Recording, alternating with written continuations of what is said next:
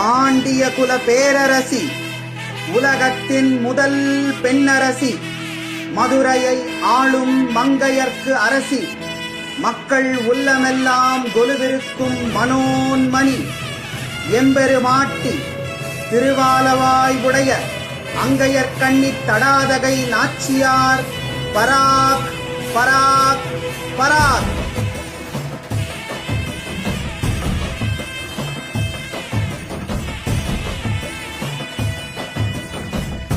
அரியேனே சிவனே உன்னை போற்றிட